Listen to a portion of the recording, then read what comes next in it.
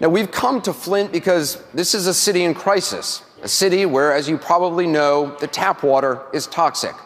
Public servants, public institutions not only failed to prevent the crisis, their decisions created this crisis. The state of Michigan, in an effort to save money, switched Flint's water source to a cheaper but riskier alternative, the Flint River. Safeguards were ignored. That river water corroded residential pipes, and for nearly 2 years, lead leaked into the water used in people's homes. Now, for much of that time, the state downplayed the danger, even in the face of growing complaints and physical evidence.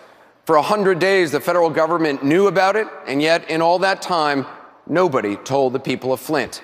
They bathed in the water, they drank it, and so did their kids. Even today, lead is still present in some of the water. Tonight, the Democratic candidates are here to answer questions about what they would do for Flint, as well as about other issues facing the country right now. Each candidate has 1 minute for an opening statement. Senator Sanders is first. We begin with him. Senator Sanders. Anderson, thank you very much.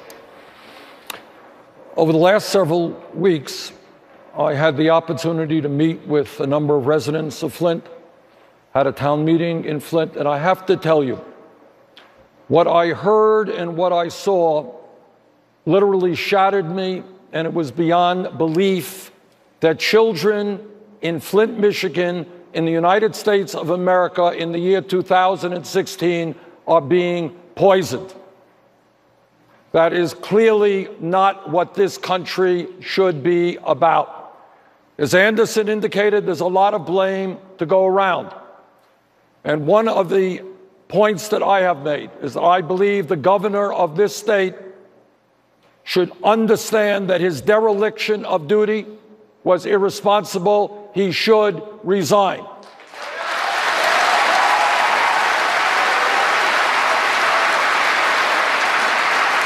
But more importantly, what is happening in Flint to a lesser degree is happening throughout this country. In recent years, we have seen a proliferation of millionaires and billionaires, an increase in income and wealth inequality, and all over this country. Middle-class families are struggling, cities and towns are struggling in order to provide basic services. Among many other things, we need to rebuild our crumbling infrastructure, our water systems, our wastewater plants, our roads, and our bridges.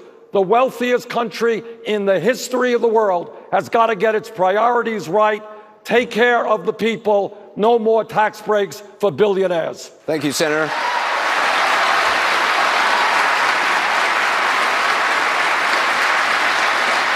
Secretary Clinton. Well, I'll start by saying amen to that.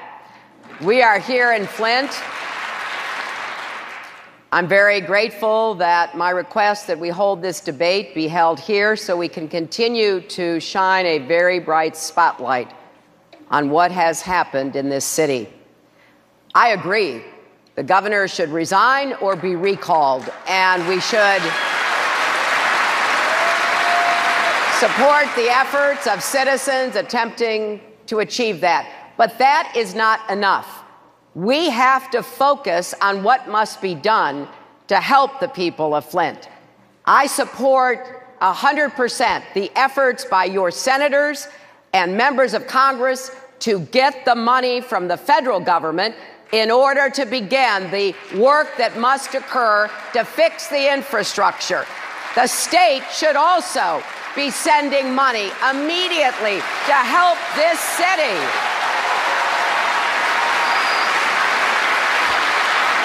I know the state of Michigan has a rainy day fund for emergencies. What is more important than the health and well-being of the people, particularly children? It is raining lead in Flint, and the state is derelict in not coming forward with the money that is required. Secretary Clinton.